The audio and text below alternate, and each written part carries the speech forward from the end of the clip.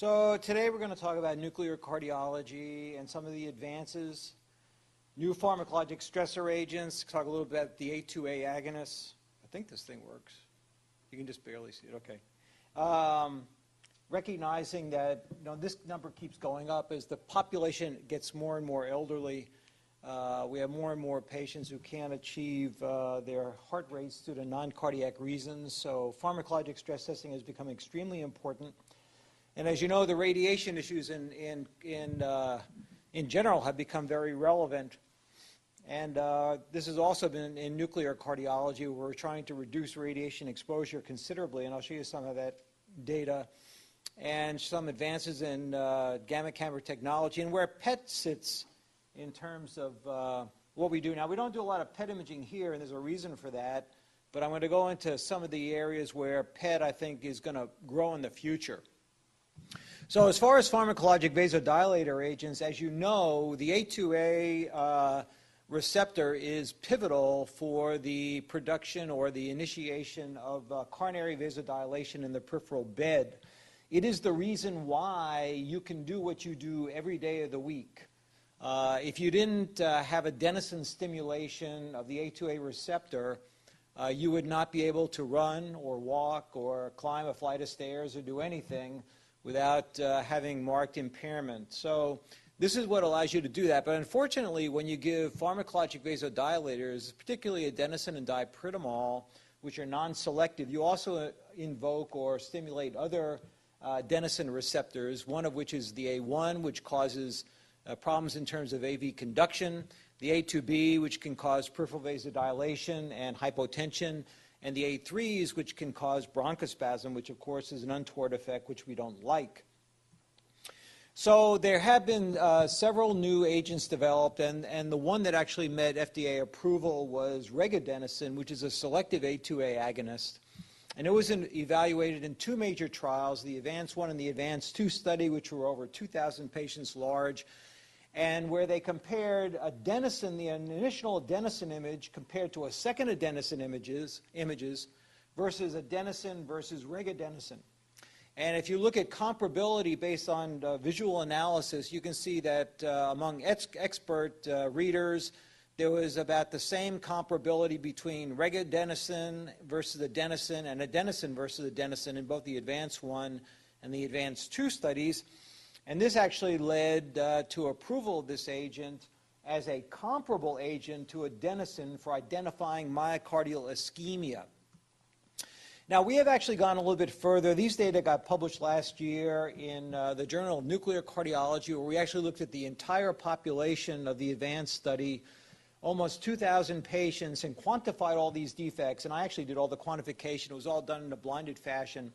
And what you can see in the patients who received adenosine and then Regadenoson is that the defect sizes are very comparable in terms of total defect size and also ischemic defect size. And in fact, if you look at bland Altman analysis, you can see that there's very little skew in terms of the data between adenosine imaging versus Regadenoson imaging. So very high comparability in terms of perfusion abnormalities. And in fact, if you look at adenosine Regadenoson imaging, less than 5% absolute serial change. So 92% of patients had less than a 5% absolute change in their defect. Let's say 30 to 25 or 30 to 35, etc. And that was also seen in the adenosine imaging, extremely comparable, less than a 5% absolute change in 92% of patients. So in this regard, serial SPECT imaging looked very reproducible concerning adenosine, but it also showed that there's very little difference in defect sizes in terms of total or ischemic between what you see with adenosine and what you see with Regadenoson. And in fact, this is an example. You can see a perfusion abnormality on adenosine, a perfusion abnormality on Regadenoson. These are the polar maps, which show an identical perfusion abnormality, the green being ischemia, the black being scar. And in this regard, Regadenoson should have not only similar diagnostic, but also prognostic implications. Now, there are really no good prognostic studies looking at Regadenoson, but we are actually doing a study like that right now in several thousand patients. Dr. Nabi is kind of spearheading that endeavor, and we should have data out very shortly in the next couple of months looking at whether a normal or abnormal regadenoson study predicts outcome as in patients who are coming actually through the ED in the population we're particularly looking at. The other issue is that one of the highlights of regadenoson is that it does not affect or does not stimulate the A3 receptor, so it doesn't induce bronchospasm. And actually there have been multiple different trials looking at regadenoson versus placebo, and particularly the one by Prenner at the bottom, which was a randomized trial in both asthmatics and also those with COPD, moderate to severe, showing no change in FEV1 with regadenoson versus adenosine. And in this regard, at least in nuclear cardiology, we have virtually eliminated the need for using dobutamine stress, which is great because I really hated dobutamine. I know the echo people love dobutamine. I don't understand why, because it has so many different complications. I actually usually got more tachycardic when I gave dobutamine than the patients.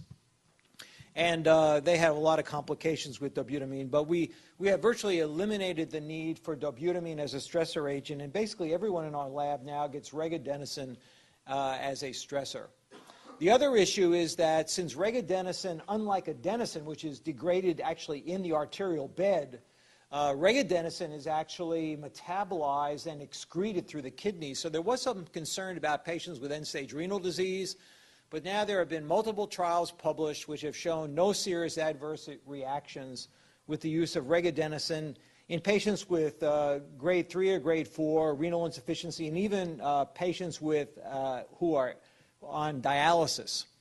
So it would appear that regadenoson is safe, and it's also been safe in terms of evaluating heart failure patients, heart transplant patients. And as you know, with heart transplant patients, the adenosine data has not been very good because you're likely to get a lot of conduction abnormalities as shown here, whereas with regadenoson, you basically get no second-degree AV block and no third-degree AV block, and very few in the way of sinus pauses, which are very common when we used adenosine.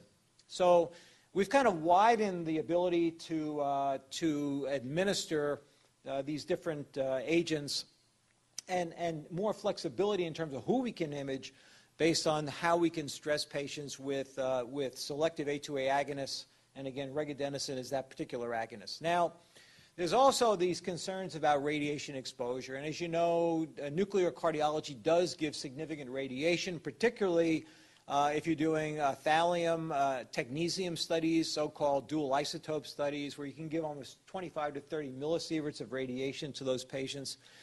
But there are ways to avoid that. First of all, not to image patients inappropriately, to optimize imaging with hardware solutions, software solutions, doing same-day stress-rest or 2-day stress-rest imaging, which allows for stress-only imaging, which can significantly reduce radiation exposure. And we actually showed many years ago, not many years, this is back in 2010, it seems like many, many years ago, when Dr. Chang put together the largest series in the literature, almost 17,000 patients of almost 25,000 patients who were imaged over that time period, who had normal studies and underwent either stress only, where they only had a stress image and not the rest, or stress-rest imaging. And you can see that the stress-only population represented 48% of all normal studies and 29% of all studies. There was another study by Duval, much smaller, which actually looked also at a group of patients. But in our study, we showed absolutely no difference whether patients underwent stress-only versus additional rest imaging. And this was true whether it was stress-only versus stress-rest or rest-stress. And in fact, when you look at the reduction in technetium doses, you can see that the stress-only group, the mean dose was 21 millicuries versus stress-rest was 55. And that translated into a less than 5 millisievert dose in 60% of patients if they underwent stress-only imaging. So you can really reduce radiation exposure nicely. The study by Henslova also showed no difference between stress-only and stress-rest in terms of outcome. This was in terms of total mortality. It was also true in terms of cardiac mortality. And the only caveat is they really limited the number of patients they enrolled in these studies. It's been our experience that generally speaking, anyone can undergo a stress first image. And by doing stress first as the first study, you can really increase your likelihood of having only a normal study and doing stress only. And in our study, for instance, 25% of patients had known coronary disease, 80% had a BMI over 25, and in fact, a third of the patients had BMIs over 30, and yet we still had about 50% of patients who had just stress-only imaging and did not have to undergo rest stress. And our criteria for a normal study in our particular trial was homogeneous uptake throughout the left ventricle, normal cavity size, normal ejection fraction, and of course we do quantify defects. So if patients had a 0% defect, we consider that a normal study, and they did not undergo rest imaging. Now, rest imaging in our study was only performed if the stress images did not fulfill these criteria. So again, you can really reduce the radiation exposure significantly. And again, this is simply by just changing your protocol. And as I said, 25% of our patients got less than a 10 millisievert dose. So very, very nice. And the other important issue is that we've really expanded this to other populations. We just published this data in the Journal of Nuclear Medicine, where we actually compared stress MPI versus CT in the ED population. It was 600 consecutive patients randomized, 300 per group. Followed them up for about 6 to 7 months. And what we were able to show here is that we were able to use stress-only imaging in about a quarter of the patients. And if you look at the normal studies, you can see why stress-only was used as frequently as it was, because most patients ended up having a normal MPI, which is what is not unusual in the ED population with atypical chest pain symptoms. In fact, almost 90% had a normal or non-obstructive CTA. But diagnostic accuracy was similar between nuclear and CT. Time to diagnosis was a little bit shorter by about 40 minutes with CT versus all of nuclear. Radiation exposure was less with nuclear because it did incorporate stress only versus CT. And cost was a little bit more expensive with nuclear, but these are the data that look at the time to randomization, from time to report finalization to hospital discharge, and also over here, hospital discharge. And you can see that from the time of randomization to report finalization when you use stress-only imaging, and also time to hospital discharge, it's very comparable to CT. So CT was shown no better than stress-only imaging. And when you look at all of the data in terms of summary with stress-only, time to diagnosis was very comparable with stress-only patients versus those with a normal CT, and time to discharge was also comparable, and radiation exposure was less, and hospital costs were actually mildly less or minimally less, but less with MPI versus CT even. So stress-only imaging is a way that we have been using for the last 10 years. It's something that we believe in very strongly in terms of being able to image patients effectively and get them in and out of the hospital quickly. And you have to remember that in patients that are low to intermediate, particularly in the ED population, that most of them are going to have a normal study. And we're actually following up on these kind of data and doing another trial, which we're putting together shortly to look at this in a more categorical fashion. The other issue of stress only is that it reduces not only radiation to the patient, but it also reduces radiation to those who are actually giving the radiopharmaceuticals, the techs and the nurses and those exposed to the patients. So this is a nice study by Henslova showing exactly what happens. You can get marked reductions in terms of radiation exposure, shown in millibecquerels here, and in terms of dose here, with the use of stress-only imaging, as well as if you incorporate other modalities. And we'll talk a little bit more about CZT cameras, which, where you can actually give less dosage because of very high sensitivity of the CZT crystals. But even in this study, with the use of CZT technology, stress-only still accounted for the majority of reduction in dose to the personnel involved as compared to the using CZT. There's been a lot of editorials published over the years recommending different imaging techniques, certainly using radio tracers with short half-lives, technetium, and PET agents, performing stress-only imaging. ASNC has put forth these guidelines, and using weight-based SPECT and considering PET in obese patients. And there's also been several editorials. I wrote the first editorial on stress-only imaging, Is it time for a change? And then Gary Heller wrote this, It is time for a change. And then in 2013, Milena Henslova said, it's faster, cheaper, less radiation, so what's the holdup? And there's still a significant holdup. This is a study we actually published this past year. It was a study that we all worked together with Andrew Einstein, who's at Columbia, with the International Atomic Energy Agency. And we looked at different continents in terms of how much stress-only was used. This study actually looked at best practices. It also looked at how many groups used CCT cameras, how many patients had stress-only imaging, how many patients had just technetium rather than dual isotope, etc.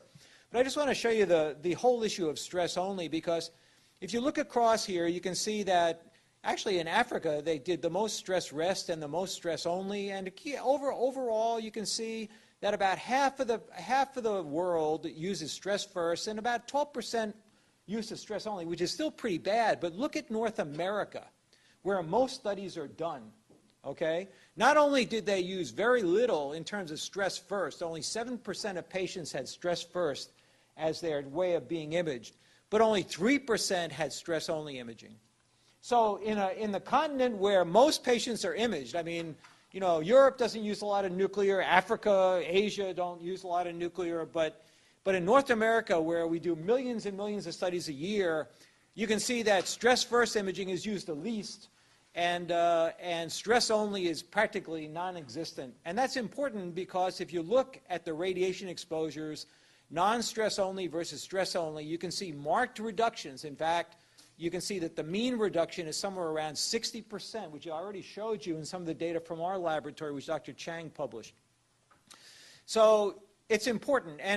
And ASNC has put forth, or did put forth, a guideline where they wanted to keep radiation exposure less than 9 millisieverts in general in terms of patients being imaged. And this is looking at effective doses across all the populations that were, all the patients that were imaged and sent data into the IAEA for this particular study, Europe, Latin America, North America.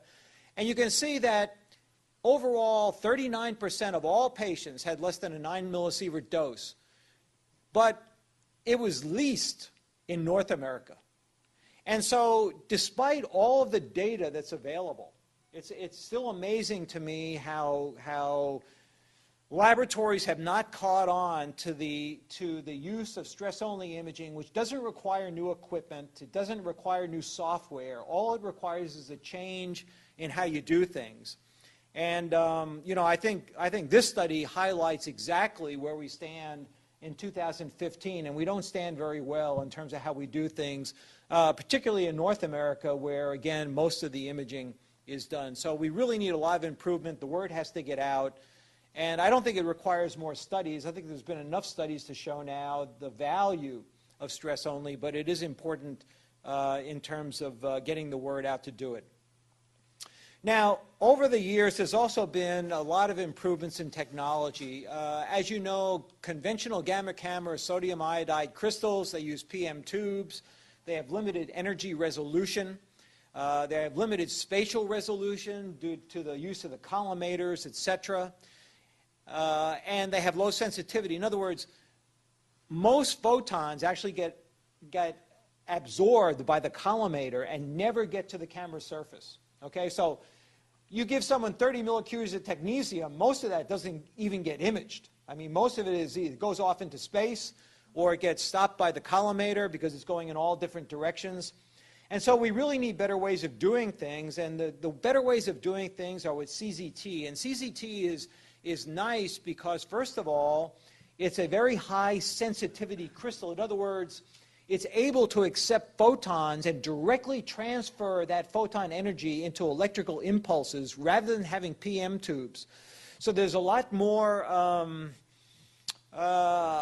efficiency in terms of how CZT works as compared to sodium iodide crystals. And because it has such higher efficiency in terms of sensitivity, detection of photons. You can give much lower doses and therefore reduce radiation exposure and still get very high quality images. And again, it directly produces electron current in response to gamma photons. There's no need for photomultiplier tubes, which have been a real nuisance over the years. And in fact, we do have this camera upstairs. It's actually being transmitted or transported from the outpatient facility where it's been collecting a lot of dust, and it's going to start going to it's going to be in our Fondren lab. We have the GE Discovery, which is a solid state system. It's CZT. It doesn't have a rotating camera like the other major two-headed, double-headed cameras are.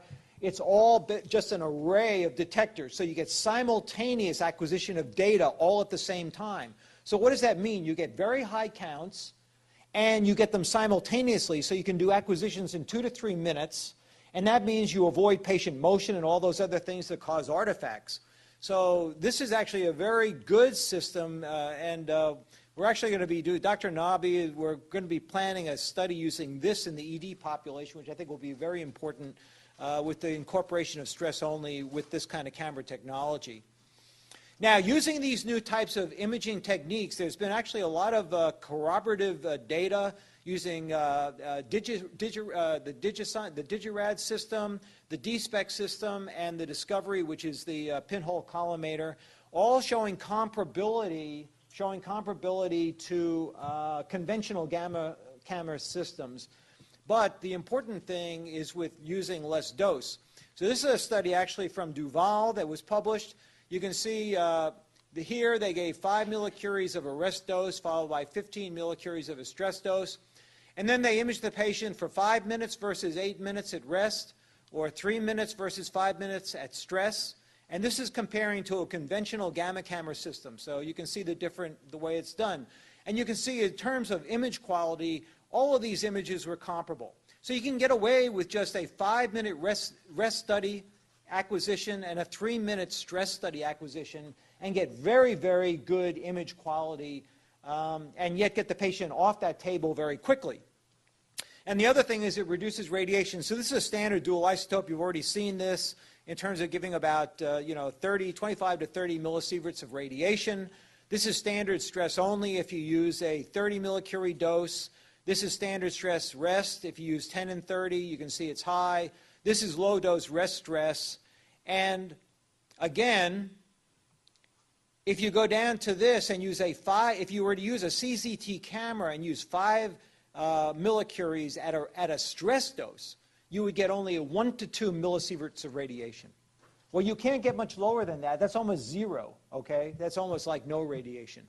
So we can selectively use these kind of techniques, picking the gamma camera we want to use, picking the protocols we want to use, picking the doses based on these kind of gamma camera usage and protocols to minimize dose effectively. Now, it's important to remember the patient you image, too, because if you have an 80-year-old patient with a prior history of coronary disease who has an EF of 30, I don't think that a nuclear study at any dose is going to really affect that patient's outcome in terms of radiation killing them, okay?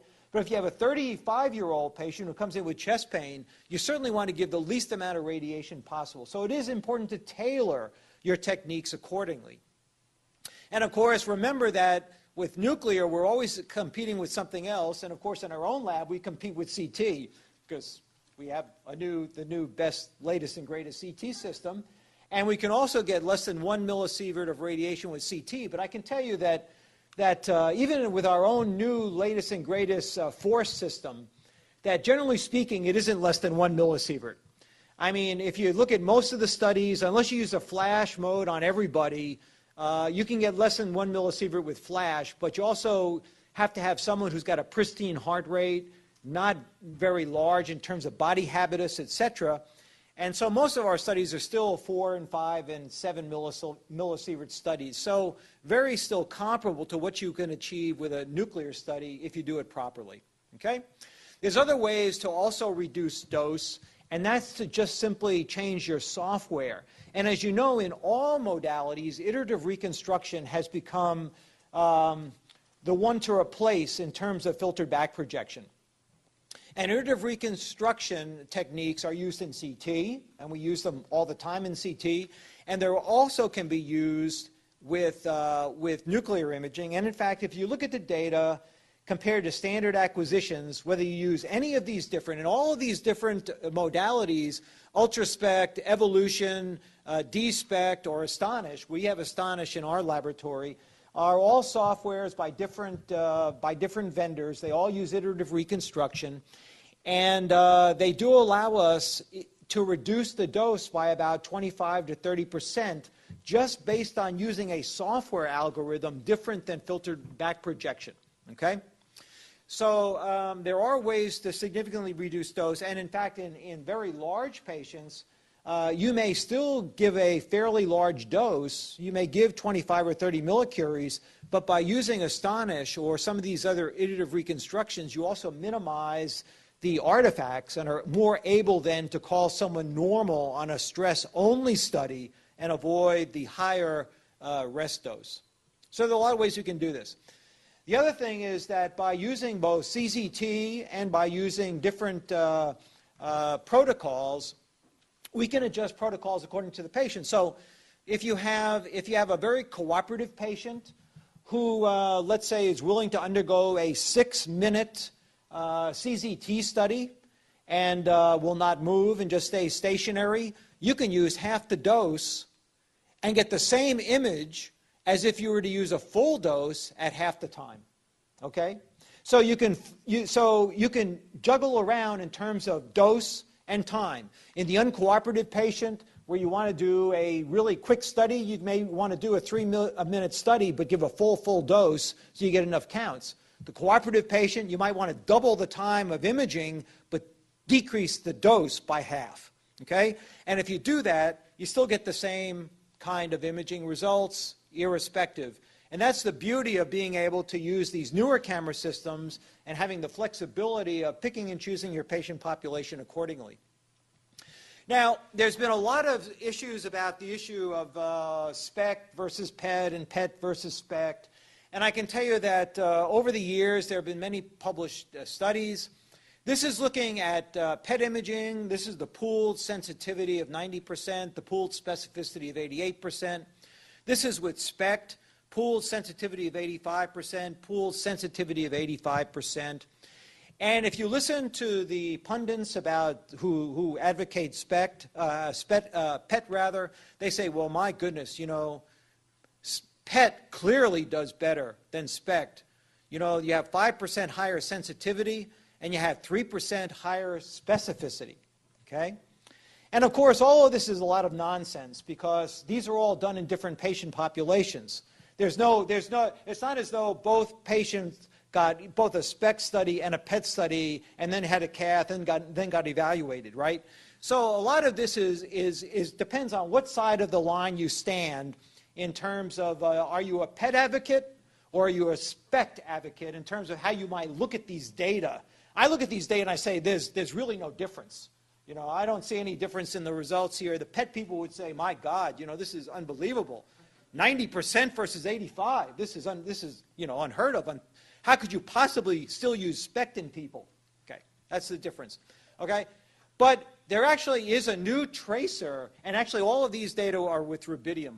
They're all basically with rubidium, which I'll show you in a minute, which is not my favorite isotope as far as a PET tracer. But there are new tracers coming out, and this is a newer one called F18 Flurpiridaz. Okay, and so it's a PET tracer. It's tagged to F18 as an agent that is taken up by the myocardium, and you can actually do a stress study with as little as 2 to 3 millisieverts, stress only less than 1 millisievert with this agent. And with rubidium, you know, usually you can get between 2 and 7 millisieverts, ammonia about 1 to 2 millisieverts. And, you know, in terms of PET imaging, most of the advocates, I would say, look, if you're going to do PET, maybe the most relevant population is the obese population. Because when you have an obese population, you do have to give 30 millicuries of technetium. Okay, if you did a rubidium study, and that would translate into about 15 millisieverts of radiation.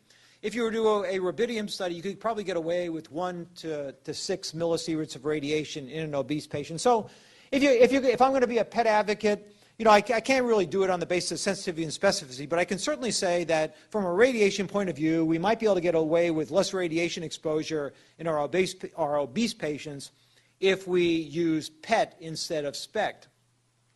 But let's look at some of the issues of these different PET tracers. So first of all, if you look at rubidium, it has a very short half-life. And this very short half-life makes it very difficult to do anything but pharmacologic stress. So you could never do exercise with rubidium, okay? But look at Flurpiridaz. Flurpiridaz has almost a 2-hour half-life, close to a 2-hour half-life. So it actually can be, it's actually cyclotron generated. It could be transported to you, and you could actually do an exercise study with Flurpiridaz. And so if someone can do exercise, still about 50% of people can still do exercise. We like exercise if patients can do it because we get a lot more information. With rubidium, all you can do is pharmacologic stress because of the short half-life. Okay, so that's one downside to rubidium as compared to this newer agent. Again, Flurpiridaz does need to be cyclotron generated, but again, because of its long half-life, you can transport it and get it to the lab to give doses. Rubidium is generator produced, and as you know, maybe you don't know, from a couple of years ago, there was a real outcry with rubidium because, you know, you buy a rubidium generator or a rubidium generator, it costs about $30,000 a month. And you can get just so many doses out of it until you bleed the generator dry. And actually, strontium is the parent for rubidium. So strontium is the parent, and rubidium is the resultant radioisotope you're going to be using. And it turned out that several people ended up in airports, were going through airports, and they actually were detected as having strontium, as carrying strontium. And people were bleeding the generators to such a degree that they were getting strontium breakthrough, and they're actually injecting people with strontium rather than rubidium. So, you know, rubidium, this became a real major mess for the agencies because, and actually all rubidium production was stopped. The PET imaging was stopped. Basically, if you were doing rubidium, you couldn't do PET for a number of months until sites underwent training and were showed how to properly milk a generator so they wouldn't have strontium breakthrough. That's an issue. The other thing about rubidium is that it's got very low extraction fraction. So as myocardial flow increases, it should go up linear. So as blood flow increases, you should get linear extraction. The extraction of rubidium is only 65. Look at the extraction of Flurpiridaz. It's almost linear with blood flow. So this is a way to get better imaging quality and better imaging results and being able to detect coronary artery disease. And again, because of rubidium, treadmill exercise is not feasible, but with Flurpiridaz it is. The other thing about rubidium is that, look, this is what we call a point target, okay? If you were to image a point in space, this is what rubidium would look like. This is the spatial resolution. Look at Flurpiridaz. And why is that? Because rubidium is extremely high energy. And because it's high energy, when it's emitted from point A to point B, it doesn't annihilate till way out here because it passes through tissue so far before being annihilated. Whereas Flurpiridaz, being an F-18 agent, it's emitted and it almost immediately annihilates because of its low energy. Okay? So you get much better spatial resolution with Flurpiridaz than rubidium. So this is one of the reasons why I say I see no reason to go the rubidium route. There's a lot of downside to rubidium. Where's the upside? I see none, except maybe, again, if you're thinking about the obese population, maybe reducing radiation exposure in that group. But hopefully, this particular agent is in phase 3 studies. Now, let's look at this whole issue of tracer extraction. This is the most ideal agent there is, O15 water. As myocardial blood flow goes up, myocardial count activity goes up accordingly. It's absolutely linear, okay? So if there's a twofold increase in blood flow, you see that in terms of a twofold increase in counts. Now, if you have myocardial ischemia, let's say in the abnormal region, you only have a 1.8 increase in flow versus 2.4 normal. That would be a 25% reduction, and that's what you would see with O15 water, okay? Very nicely. What do you see with Flurpiridaz? You don't see a 25% reduction, but you see close to it, a 20% reduction. So it's a little, because the curve is not as linear as O15, you can still detect a 20% difference between abnormally perfused area and normally perfused area. But let's look at rubidium. This is now looking at rubidium. Now with rubidium, you can't even detect a defect because there's only a 10% difference between the abnormal area and the normal area. So the count differential is so different. Even though the flow is very different, the difference in counts are going to be minimal because of the extraction fraction being so low with rubidium. So again, this is another reason why rubidium is not one of my favorite tracers, and why this agent I think will be much better when it comes out. If you look at the phase 3, this is the results of the first of 2 phase 3 studies. The second phase 3 study should be out hopefully by the end of this year. You can see, again, much lower radiation exposure with Flurpiridaz as compared to SPECT, either a 1-day study or a 2-day study. In terms of sensitivity, the detection of the disease, it was higher with rubidium, significantly so, with no drop in specificity. So at least in the first phase 3 study, it looks as there are certain things that are important. And I have to emphasize, this is the first clinical trial that has actually done a head-to-head comparison between a PET agent and a SPECT agent. I showed you those ridiculous other trials with meta-analyses. Meta-analyses have their place, but looking at 90% sensitivity versus 85%, this is actually looking in the same patient who had both studies done, okay? And so I think this, this kind of study design is what you really need to be able to show whether one kind of tracer is better than the other. And in fact, when you look at the total population, the ROC curve in this phase 1 study was significantly better with PET versus SPECT, and particularly in the obese patient population with BMIs greater than 30 in terms of sensitivity and specificity. So this is the one of 2 pivotal trials. Hopefully the second trial will show also similar results, and hopefully this agent will get approved. And if it does get approved, I can tell you that we will be first on board for doing PET. Another different area is that of congestive heart failure. Now, MIBG is a false neurotransmitter, and so what it does is it's normally taken up by the presynaptic cleft in patients with heart failure. In patients, in patients without heart failure, you have marked uptake in the presynaptic cleft of MIBG. In patients with heart failure, you have downregulation, so you don't. So what you see in normal people is you see a normal uptake of MIBG, but in patients with heart failure, you see very little uptake. And we look at this thing called the heart-mediastinal ratio. So over 1.6 is considered normal. This is a normal patient with very high uptake in the heart, very minimal uptake in the mediastinum, heart-mediastinal ratio 2.24. This is someone with severe heart failure, higher uptake in the mediastinum than in the heart, 1.29. And so this particular agent has already been approved for patients with moderate to severe heart failure who have LV dysfunction, EFs less than 35%, for assessing prognosis. The prognostic data was based on the Admire study in almost 1,000 patients. You can see here the results. If you had a heart-mediastinal ratio that was low, you did much worse than if you had a heart-mediastinal ratio that was high. And this is also true when you look at heart failure progression. Low heart-mediastinal ratio, very high event rate compared to a high heart-mediastinal ratio. And what was very interesting is that when you look at cardiac death or arrhythmic death, it was almost non-existent in patients who had a high heart-to-mediastinal ratio in terms of normal uptake of MIBG as compared to those who had a low uptake of MIBG. So it was thought that maybe this agent could be used as a way to identify patients at high risk for arrhythmic death.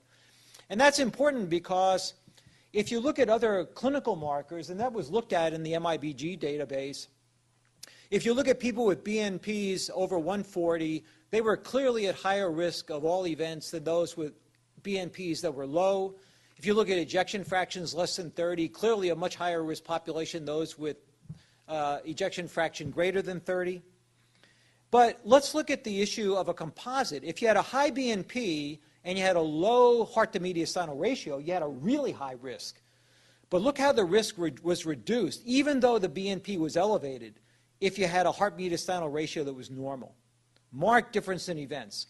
And this was also true when you look at ejection fraction. Low EF, but low heart-to-mediastinal ratio, very high event rate. This was like 50% at 2 years.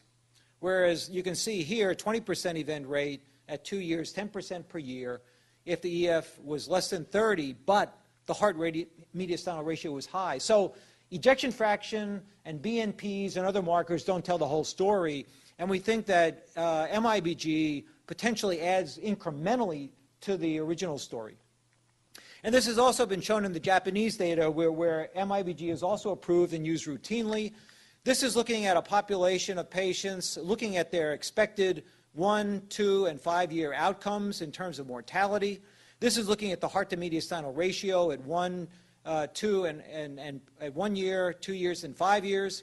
And you can see that in patients with low heart-to-mediastinal ratios, you exceed these expected mortality rates tremendously. Until you get up to about 1.6 is how you could use this data to imply who really needs an AICD. Because as you know, everyone with an EF less than 35 now gets an AICD, and most of them don't fire. If you could really identify, maybe it's those patients with low EFs who have high heart-to-mediastinal ratios that don't need an AICD, and you can avoid not only putting in a device in those patients because they're at very low risk for having sudden death. So these are some considerations in the future that we need to think about. The other issue is that PET may be very important in terms of looking at inflammation. This has been the holy grail of nuclear cardiology in terms of looking at plaque and plaque physiology. And it's something that we don't do very well. It's something we don't do well at all. But there is some evidence to suspect that FDG, which is commonly used, as you know, in tumor evaluation, etc., is very good at looking at inflammation and looking at very active inflammation in tissues. And so this was a trial that actually looked at patients who came in who were either stable or had an ACS. And if you look at recently stented people, you can see that they had a higher FDG uptake versus those who were recently stented and were stable. This was ACS population, stable population, versus remote people who were stented. And this was also true in the aorta. In patients with ACS, they had higher uptake in the aorta. They also had higher uptake in the left main. So this is just to show you that. I mean, this is someone, you can see all this FDG uptake in the aorta, up in the coronary arteries, as compared to someone who was stable but had a new stent, or compared to one who was stable with an old stent. So in ACS, we do see a lot more inflammation. We do see a lot more uptake of FDG. And that may be a way in which we can actually look at this dynamically to pick out high-risk and low-risk individuals. We might even be able to assess therapeutics. This is a study that was done in 2006. It looked at diet versus simvastatin in 43 patients who were undergoing PET imaging for cancer. And half of them ended up having diet, half of them got simvastatin. And then they looked at the results. And what you see is that if you look at FDG uptake, and this was in the thoracic aorta or the carotids, you can see that there was no change in uptake in those who just were on diet, whereas with simvastatin, there was a significant reduction in uptake of FDG. And in fact, if you look at it overall, you can see this is baseline. This is a patient who responded. You can see high uptake in the arterial wall versus basically no uptake 3 months later after getting simvastatin. It turns out you might also be able to look at dose. This is a study we actually looked at 10 milligrams of atorvastatin versus 80. And again, this is looking at differences. There were no difference or no change in mean uptake of FDG with low dose atorvastatin, but with high dose atorvastatin, clearly a significant change. So, you know, this may be other areas in which we can really assess therapeutics, potentially. Not only identify high-risk patients, but also potentially assess therapeutics. There are still barriers to what we do, obviously, and this requires a lot more investigation. We still don't have optimal imaging protocols, and obviously, imaging the coronary arteries is challenging because the spatial resolution of PET, even though it's better than SPECT, is still only about 8 millimeters, as compared to CT, which is 1/2 of a millimeter. So it does become challenging in terms of overlaying data, but it is potentially a way in which we could do this. And we still don't know really the true molecular mechanisms for FDG uptake, although we think it's all linked to inflammation. And we still need to have a better link between FDG uptake and cardiac events, which is still something that's being investigated. But there is potential here for how we might be able to use FDG, and obviously it's an area of intense investigation. Lastly, I'd like to say there's other areas in which FDG can be looked at. This is in inflammation, such as with sarcoidosis, where we use very specific imaging techniques to look for uptake as compared to perfusion, FDG uptake versus perfusion. And this is how we kind of look at this. This is normal. This is normal perfusion and no uptake of FDG in the myocardium. This is early evidence of sarcoid, where you have normal perfusion and you see uptake of FDG in the myocardium. This is mild, where you start to already see scarred areas in terms of perfusion and have intense uptake. Moderate, where the scarring becomes even more intense, still uptake. And this is where you get burned out, where you basically are left with scar and no uptake again. So there's a spectrum of how you can look at both perfusion and FDG uptake in terms of patients with sarcoid. And this is, at the Brigham they do a lot of this in terms of imaging for sarcoid with PET FDG, and that's Sharmila Darbola is one of the investigators that does a lot of this over at the Brigham.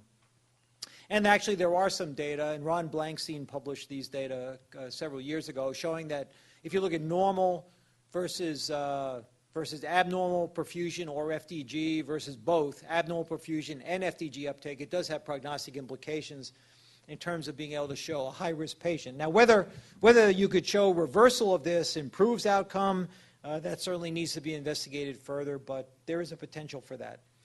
So nuclear cardiology, as I've said many times, it's still growing, it's still expanding, and I think in the future you are going to see much more PET imaging. I think PET is really on the cusp of making major advances in the next couple of years, and I think we're certainly going to be there and in the future to look at these kind of issues with PET. But again, I think that FDG will be Flurpiridaz will be a game changer if it turns out to be a positive trial in terms of assessing people with coronary disease. And again, I think that if some of the technical issues behind looking at inflammation can be improved with FDG, it will be a major leap forward in terms of how we assess patients. Thanks, and if there are any questions, yes, Rob.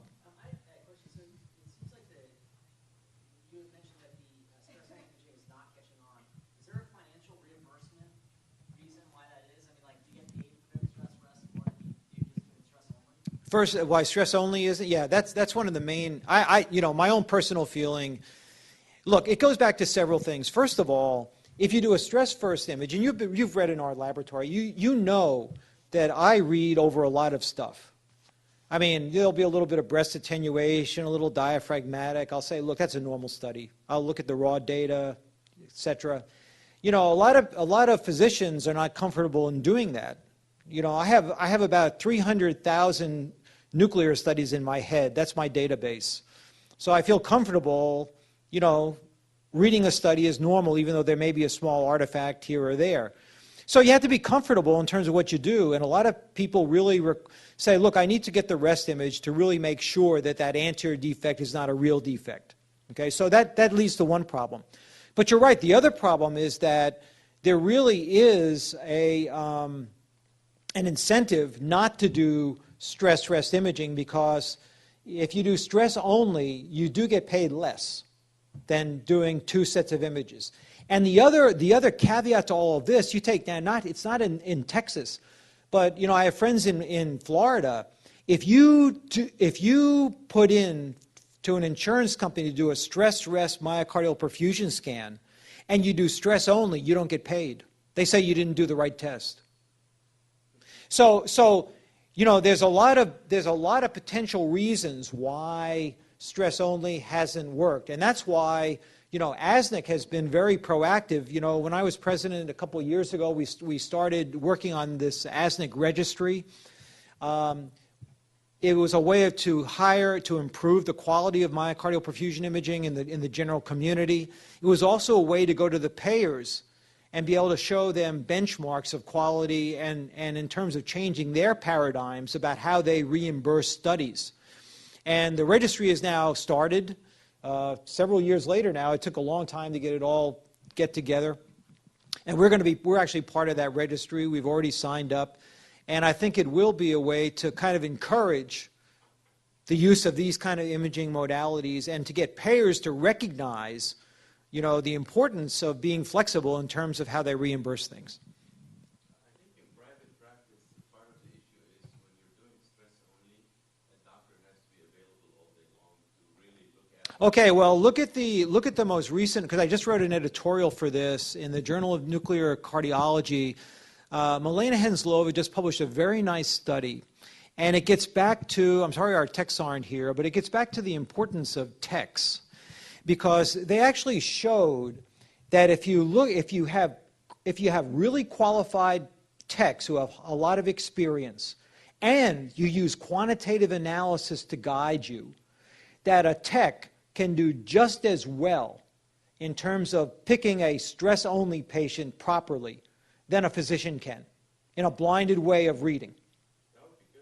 Right? So it is important, and I think ASNC has been delinquent in this area because they've pushed a lot in terms of physician training, but they haven't pushed a lot in terms of tech training. When I was president a couple of years ago, I mean, we really started a whole new tech line because in terms of education, because my feeling is if you have a well-trained tech, you don't need to be there. I can tell you that I can't remember the last time that I actually changed my mind on a study where someone gave me a stress-first study and I said, no, this patient really needs rest imaging. Now, they have come to me from time to time and said, look, I think the patient may need rest imaging. What do you think? And I say, yeah. But when they actually say, look, this patient doesn't need rest imaging, I've never changed my mind. So it is that. So that you bring up an extremely important. I wrote an editorial about this in terms of what are the limitations, and it really is true that you have to have a lab that's integrated, where the techs work with the physicians and where they are knowledgeable in terms of what they do and in terms of looking at images, because that will really help promote this whole issue of stress only. Empowering them, exactly, empowering them to do it rather than just saying, take the images and go.